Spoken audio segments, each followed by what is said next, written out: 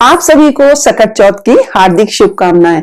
आप सभी के जीवन में भगवान गणेश की कृपा सदैव बनी रहे, ऐसी मेरी शुभकामनाएं हैं।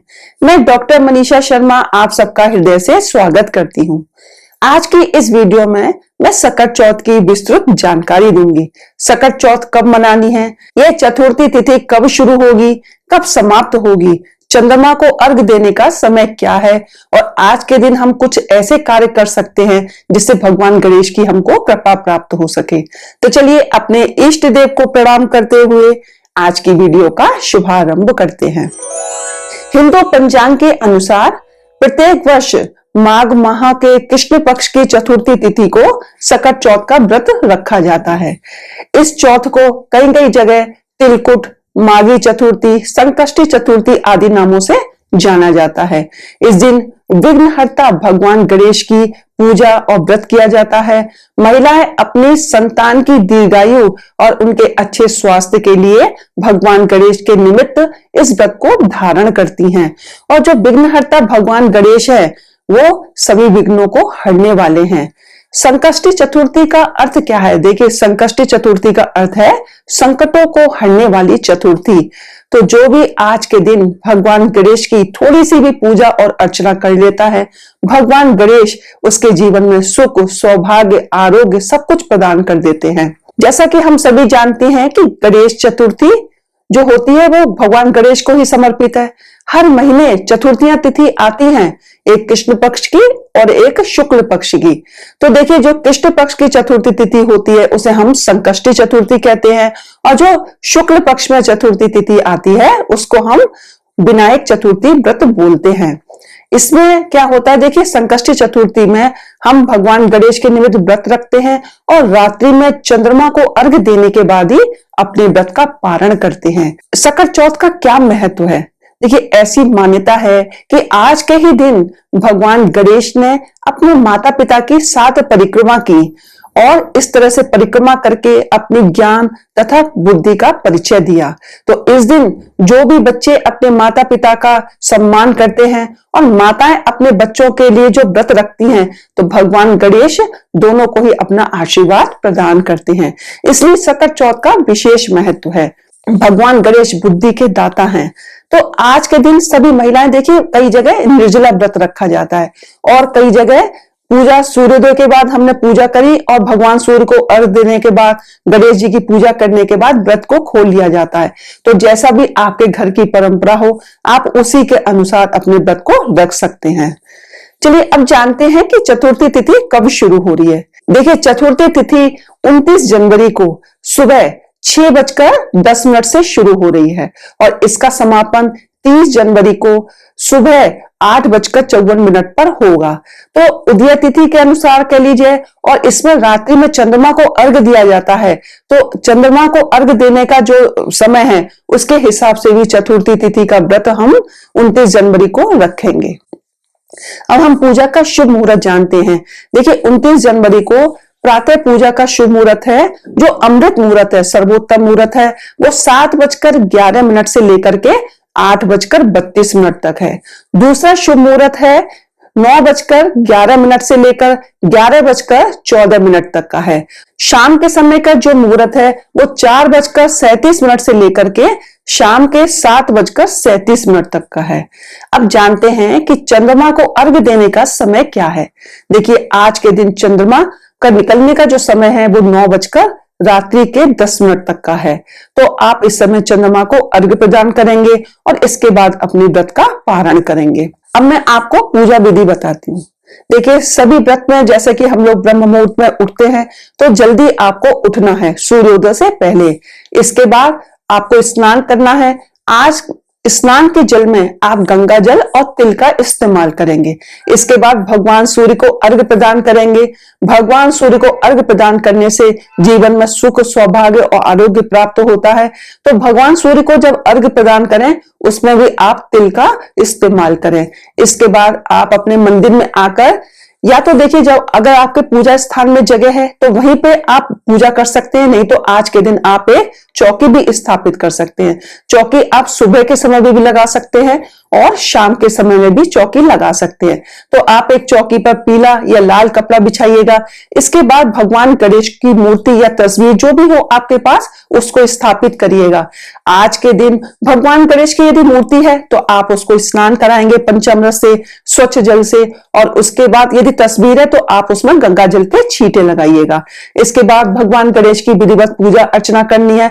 पंचोपचार पूजा कर सकते हैं, षोडश उपचार पूजा कर सकते हैं। आप उनको सिंदूर लगाएंगे, अक्षत अर्पित करेंगे और दूर्वा दल अवश्य अर्पित करनी है। भगवान गणेश की आप चालीसा पढ़ सकते हैं, संकट नाशन गणेश स्रोत का पाठ कर सकते हैं और गणेश विघ्नहर्ता स्रोत का पाठ कर सकते हैं, गणेश अथर्वशीष का पाठ कर सकते हैं। इसके बाद आपको सकट चौथ की कथा अवश्य पढ़नी है। देखिए, हिंदू धर्म में कोई भी व्रत और त्योहार हो, उसमें कथा अवश्य होती है और कथा के बिना हमारा व्रत पूर्ण नहीं माना जाता। तो आप कथा को जरूर पढ़िएगा।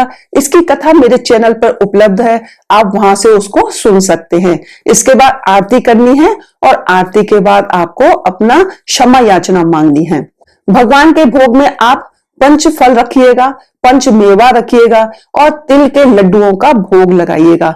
आज के दिन तिलकुट बनाना घर में बहुत अच्छा माना जाता है, यानी कि तिल और गुड़ को मिलाकर के तिलकुट बनाया जाता है। तो आप इस तरह से भगवान का भोग लगा सकते हैं। शाम की पूजा अनिवार्य है। शाम की पूजा आपको विधिवत भगवान गणेश की करनी है और इसके बाद जब रात्रि में चंद्रमा का निकलने का समय हो, उस समय आप चंद्रमा को अर्घ्य प्रदान करेंगे। चंद्रमा को अर्घ्य प्रदान करते समय आप इस मंत्र को बोल सकते हैं। गगन आर्णव माणिक्य चंद्र दाक्षाणी पते ग्रहाणा अर्घ मया दत्तम गणेश प्रतिरूपक।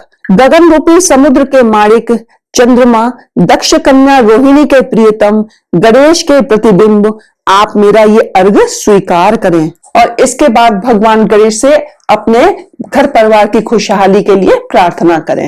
यदि आपको ये मंत्र याद नहीं है, आप केवल सोम सोमाय नमः मंत्र को पढ़ते हुए भी भगवान चंद्रमा को अर्घ्य प्रदान कर सकते हैं। चंद्रमा को अर्घ्य प्रदान करने के लिए आपको एक स्टील का या चांदी का लोटा लेना है।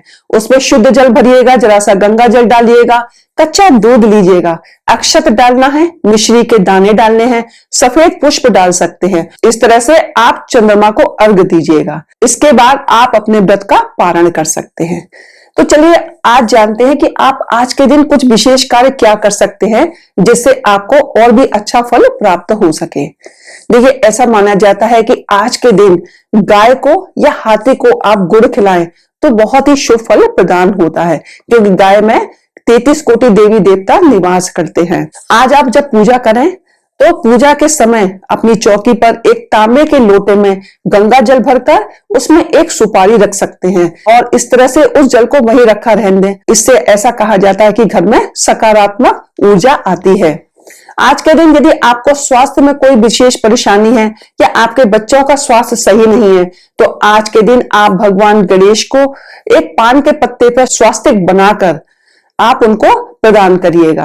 यदि आपकी नौकरी में कोई बाधा है या किसी भी कार्य में कोई रुकावट आ रही हो, तो आज आप एक पान के पत्ते पर 2 हरी इलायची और 2 सुपारी रखिएगा और भगवान गणेश को पूरे श्रद्धा भाव से उनको अर्पित करिएगा। यदि दाम्पत्य जीवन में किसी तरह की कोई परेशानी है, यदि आप दाम्पत्य जीवन को और भी अधिक मधुर बनाना चाहते हैं, तो आज आप 2 बेसन के लड्डू, कुछ फल, कुछ मेवा, कुछ अक्षत और तिल रखने हैं और इस तरह की आपको 5 पोटली बनानी है और ये पोटली आप सार्वजनिक मंदिर में जाकर भगवान गणेश के मंत्रों का जाप करते हुए वहां उनको समर्पित कर देंगे।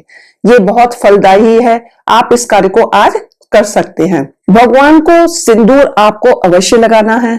सिंदूर लगाते समय आप ये मंत्र को बोल सकते हैं, सिंदूरम शोभनम रक्तम सौभाग्यम सुखवर्धनम शुभदम कामदम च एव सिंदूर प्रतिग्रहताम। तो इस तरह से आप उनको सिंदूर अर्पित कर सकते हैं और इसके बाद आप ये सिंदूर अपने मस्तक पर, अपने बच्चों के मस्तक पर भी लगा सकते हैं।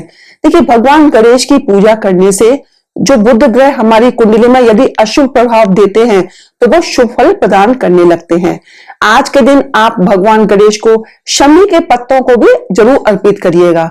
ऐसा कहा जाता है कि जो भी आज के दिन भगवान गणेश को शमी के पत्र अर्पित करता है, शनि उसको बहुत कृपा करते हैं, शनि उस पर अपनी कृपा बनाए रखते हैं। और आज शमी के वृक्ष की भी पूजा करनी चाहिए। भगवान गणेश को आपको अक्षत भी चढ़ाने हैं। देखिए, यदि जब भी आप कोई चीज भगवान को अर्पित कर रहे हैं तो आप उनके मंत्रों का जाप करते हुए अर्पित करिएगा। जैसे इदम अक्षतम ओम गंग गणपतये नमः, है ना, इस तरह से। क्योंकि जो पूजा होती है वह मौन रह के नहीं की जाती, तो आप मंत्रों का जाप लगातार करते रहिएगा। हल्दी की गांठ भी आपको गणेश जी को अर्पित करनी है।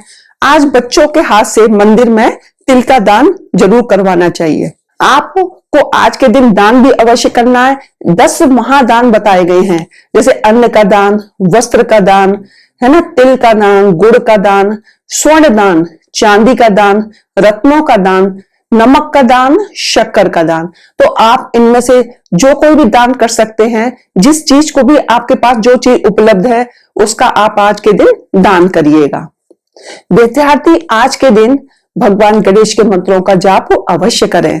ओम गंग गणपतये नमः, इस मंत्र का 108 बार जाप कर सकते हैं। नहीं तो ओम एक दंताय विद्महे वक्रतुंडाय धीमहि तन्नो दंती प्रचोदयात्, इस मंत्र का भी जाप कर सकते हैं। तो इस तरह से आप भगवान गणेश को मनाइए और देखिए कि कैसे विघ्नहर्ता भगवान गणेश आपके जीवन में सुख, सौभाग्य, आरोग्य, समृद्धि, शांति सब कुछ प्रदान करते हैं। भगवान गणेश की पूजा करने से घर में नकारात्मक ऊर्जा नष्ट होती है, सकारात्मक ऊर्जा का प्रवेश होता है और विघ्नहर्ता भगवान गणेश आपकी सभी मनोकामनाएं पूर्ण करते हैं। तो चलिए, आज की वीडियो में बस इतना ही। मिलते हैं अगली वीडियो में कुछ नई जानकारी के साथ। यदि आपको आज की मेरी वीडियो अच्छी लगी हो तो प्लीज मेरी वीडियो को लाइक करें, मेरे चैनल को सब्सक्राइब करें, शेयर करें, बेल आइकन को प्रेस करें ताकि आपको आगे आने वाली वीडियोस का नोटिफिकेशन प्राप्त हो सके। हर हर महादेव, जय भोलेनाथ।